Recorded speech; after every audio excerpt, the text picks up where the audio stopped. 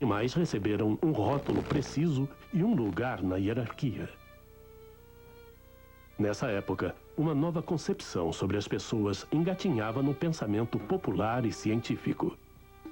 Que toda a miríade de humanos do mundo pudesse ser amontoada em apenas 3 ou 4 tipos de pessoas, que o conceito de raças humanas distintas havia nascido.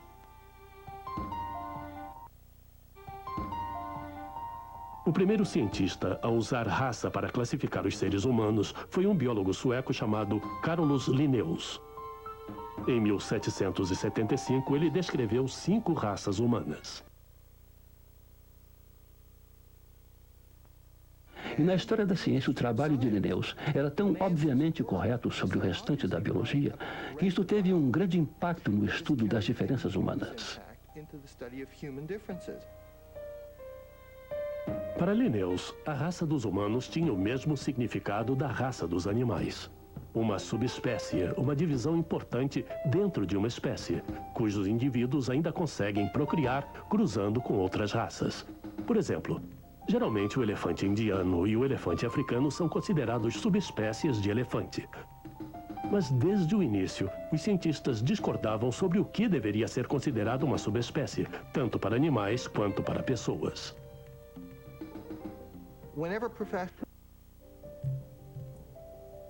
A ideia de que a espécie humana poderia ser classificada não por cultura ou idioma, nem mesmo geograficamente, mas por algumas características físicas arbitrárias, foi desde o início um conceito enganoso.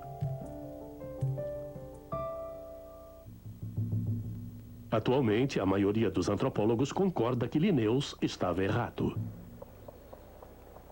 Os humanos não podem ser razoavelmente divididos em alguns grupos básicos. Não existe um número pequeno de grupos dentro dos quais a espécie humana possa ser classificada na natureza. Na verdade, o que descobrimos pessoas são parecidas com as que estão próximas delas e são diferentes das que estão distantes. Isso não nos diz que existam 5 tipos de pessoas, 20 ou 50. O conceito de raça é oriundo de uma ciência falha. Mas isso significa que não existe raça? Porque junto com a noção de raça, vem a ideia de que alguns são superiores e mais merecedores da vida. Raça é racismo. E assim começou a vil história do racismo. A chamada ciência da raça foi usada para promover todos os tipos de males políticos. No entanto, isso não tornou mais fácil definir as regras do jogo. Até os nazistas passaram maus momentos com isso, confiando em medidas arbitrárias para discernir se uma pessoa era ariana ou não. Os nazistas alegavam que feições faciais achatadas significavam que a pessoa era menos evoluída, mais parecida com um animal. O tamanho das orelhas ou do nariz podia determinar se a pessoa viveria ou se morreria. O regime sul-africano do apartheid se baseou num sistema de classificação muito mais complexo, dividindo as pessoas entre brancos, orientais, negros e diversas categorias de pardos. Ainda existem grupos extremistas que mantêm vivas as ideias que representam. Muitos se recusam a aceitar que a raça tenha perdido o endosso da ciência. Muitas pessoas ainda acreditam que raça é uma forma razoável de classificar a nossa espécie. A raça é E se pegarmos um grupo aleatório de pessoas ruivas e as deixarmos numa ilha durante muito tempo? A cada nova geração, eles serão cada vez mais parecidos.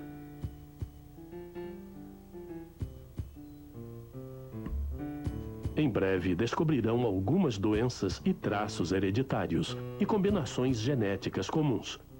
Tudo o que geralmente pensamos que constitui uma raça.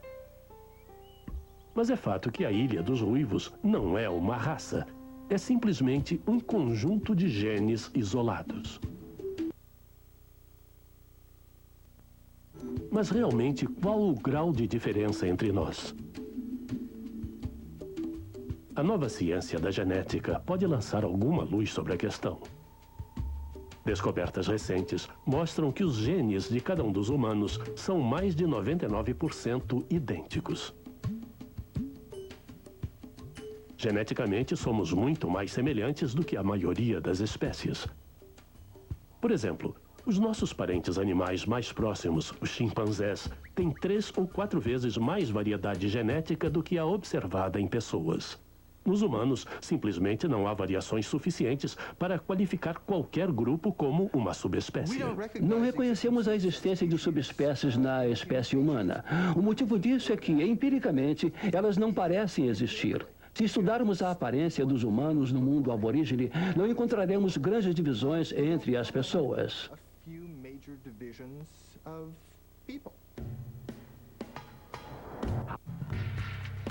Isso é comum no reino animal. Muitas espécies não têm subespécies, o que não quer dizer que todas se pareçam. Existem gatos domésticos de todas as cores, todos exatamente da mesma espécie. O mesmo é verdade para os humanos. Atualmente, os cientistas acreditam que as diferenças humanas são apenas superficiais. As nossas aparências são distintas por 3 motivos básicos. Algumas características variam simplesmente devido a mutações genéticas ao acaso. Novos genes são introduzidos por conquista ou negociação. Acredita-se que outras diferenças sejam adaptações evolutivas ao meio ambiente. Por exemplo, a pele de cor mais clara deve ter se desenvolvido porque ela pode absorver mais vitamina D em regiões com menos horas de luz solar por ano. A pele escura parece proteger contra o câncer de pele em climas tropicais ensolarados. O cabelo anelado pode ocorrer mais frequentemente em climas mais quentes porque permite a dissipação de calor. Por sua vez, o cabelo liso parece ajudar a conservar o calor em regiões mais frias. Mas se as diferenças humanas se restringem à pele, como explicar a grande importância da raça no mundo moderno? Quando as pessoas são tratadas de modo distinto em função de diferenças insignificantes, a raça ganha sentido. Se pararmos as pessoas e perguntarmos de que raça são, elas não saberão do que estamos falando. A raça é inerente. Geralmente digo que sou oriental porque eu sou da China. Sempre que alguém me pergunta qual é a minha raça, eu digo que sou português. Eu não tenho do que me envergonhar. É óbvio. Então, Fico confuso. Muitas vezes acham que eu sou filipino. acho que sou branco, europeu, norte-americano. Se é que alguém usa essa expressão. Eu sou metade chinês e metade vietnamita, mas geralmente eu respondo chinês, porque eu me identifico mais com essa parte da minha herança. A maioria dos estereótipos provavelmente tem poucas sementes de verdade. Mas as sementes se transformam em ervas daninhas de ódio porque permitimos que se propagassem e saíssem de controle. Os estereótipos são uma forma traiçoeira de preconceito. Eles atuam de maneira sutil, através de insinuações e caricaturas. Muitas pessoas equiparam os orientais a estrangeiros. Bem, há 2 coisas. Primeira, eles igualam raça à cultura. E segunda, eles igualam oriental a não norte-americanos. Se a pessoa é oriental, não é norte-americana. Muitos orientais norte-americanos comentam como as pessoas os cumprimentam. Se falam inglês ou perguntam quando chegaram de onde vieram. Parece que os No século XVIII, 2 outras línguas aparecem. É interessante ver que essas 2 línguas aparecem provavelmente por causa de um filósofo do conhecimento, o clérigo de Condillac, que em sua lógica insistiu no fato de que uma língua clara deve ser composta de palavras e que essas palavras devem ter um sentido. Em resumo, ele tem uma análise lógica extraordinariamente simples e pertinente das línguas. Condillac é lido com atenção por quase todos os eruditos da época.